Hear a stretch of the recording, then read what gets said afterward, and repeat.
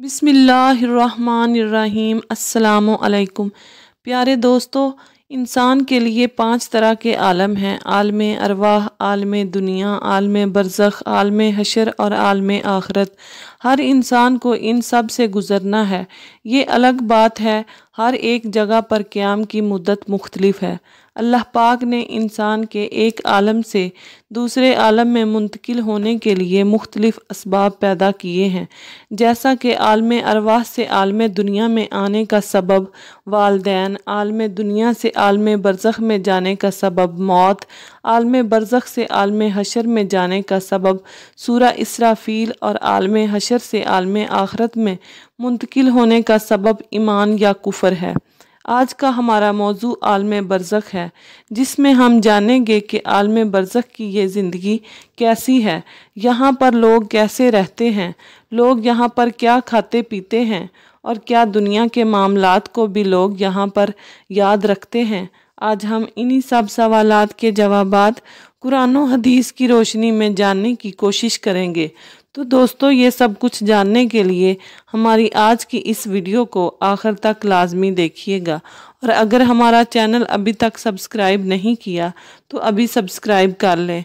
दोस्तों, आलम बरज़ख की अहमियत का अंदाज़ा इस बात से लगाएं कि इससे पहले भी 2 आलम हैं और बाद में भी 2। नबी करीम सल्लल्लाहु अलैहि वसल्लम की हदीस मुबारका है कि अल्लाह पाक के नज़दीक दुनिया की कुछ हैसियत होती तो मच्छर के पर के बराबर भी इसमें से किसी काफर को पानी का एक घूंट न पीने देता। बाहवाला तिरमिज़ी शरीफ। यानी अंदाज़ा करें कि जिस आलम में हम मौजूद हैं इसकी अहमियत क्या है। खैर, दुनिया और आखिरत के दरमियान में मौजूद जो आलम है वो बरज़ख कहलाता है। बरज़ख के लफ्ज़ी मानी आर या पर्दा के हैं। इंसान की मौत से लेकर क़यामत तक उठने का वक्फ़ा बरज़ख कहलाता है।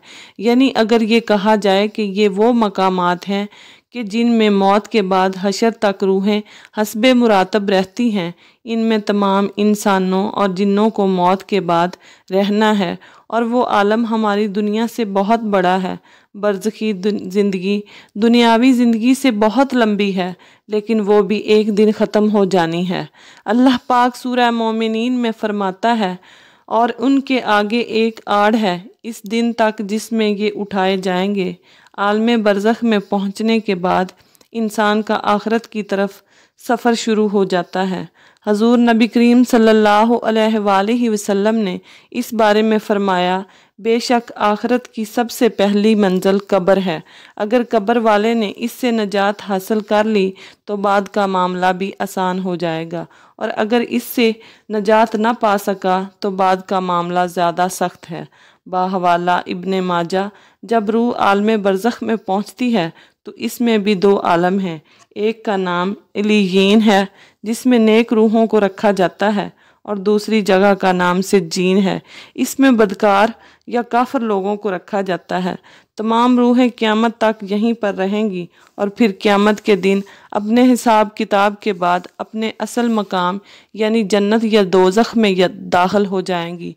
रवायात में आता है कि इंसान की वफ़ात के बाद कब्र में रूह को फिर से मादी जिस्म के साथ मुंसलिक किया जाता है, जहाँ पर मुनकिर नकीर सवालो जवाब करेंगे। अगर तो सवालात के जवाबात सही दिए तो फिर आसमान से आवाज़ आती है, मेरे बंदे ने सच कहा, इसके लिए जन्नती बिछौना बिछा दो, इसे जन्नती लिबास पहना दो, और इसके लिए जन्नत की तरफ से दरवाज़ा खोल दो। कब्र के अंदर ही जन्नत की तरफ दरवाज़ा खुल जाएगा। वहाँ इसको ठंडी हवा के झोंके और खुशबू भी आती होगी, और हद्दे नज़र इसकी कब्र कुशादा कर दी जाएगी। लेकिन अगर सवालात के जवाबात सही ना हुए तो फिर इसके लिए कब्र में ही जहन्नम का बिछौना बिछा दिया जाता है। जहन्नम की गर्मी इसे हर वक्त महसूस करवाई जाती है, और इसकी कब्र इतनी तंग हो जाएगी कि पसलियां आपस में धंस जाएंगी। इस तरह अमाल के हिसाब पर अगर तो नेक रूह है तो खूबसूरत नूरानी फरिश्ते रूह को अलीयीन में छोड़ देते हैं, और अगर अमाल बुरे हों तो 2 खौफनाक तेज़ नुकीले दांतों वाले फरिश्ते बुरे इंसान की रूह को सिज्जीन में डाल देते हैं।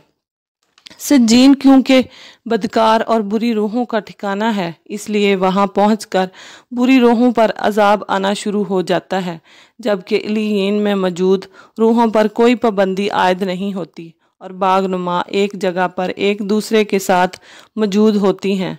नेक रूहें इल्लीयीन में एक दूसरे के साथ रहती हैं और एक दूसरे को पहचानती भी हैं, जबकि सिज्जीन वाली बदकार रूहें कैदोबंद और अजाब में होती हैं। इल्लीयीन में मौजूद रूहें एक दूसरे को देखकर खुश्क होती हैं, एक दूसरे से बातें करती हैं और दुनिया के हालात को याद करती हैं जो वक्त उन्होंने दुनिया में गुजारा, और नई आने वाली रूहों से अपने प्यारों की खबर भी लेती हैं।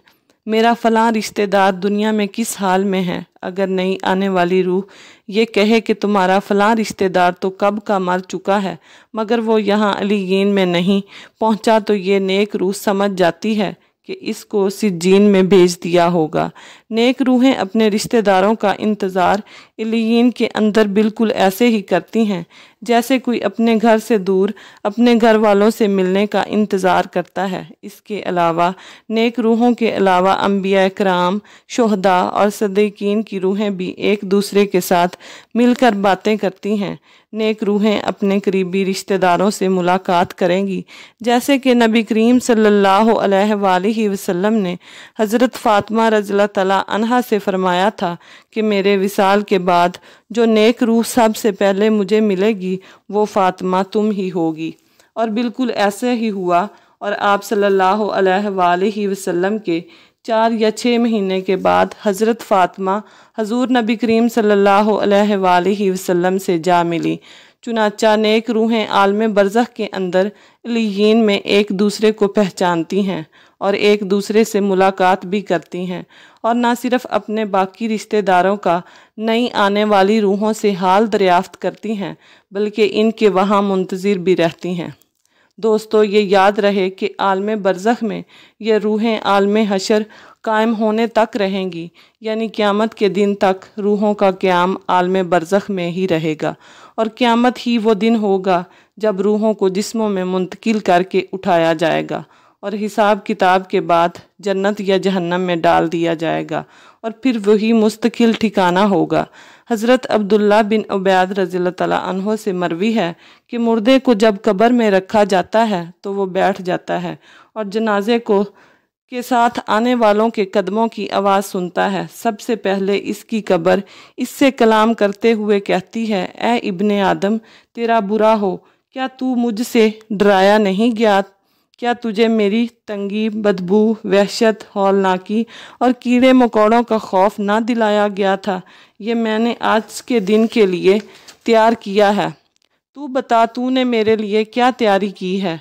दोस्तों, वीडियो का अख्ताम एक मशहूर और मारूफ हदीस पाक से करते हैं कि नबी करीम सल्लल्लाहु अलैहि वसल्लम ने फरमाया कि कब्र जन्नत के बागों में से एक बाग होती है या दोज़ख के गढ़ों में से एक गढ़ा, यानी मोमन के कब्र में जन्नत की खुशबुएं वहाँ की तरोताज़गी आती रहती है, काफर की कब्र में दोज़ख की गर्मी वहाँ की बदबू पहुँचती रहती है।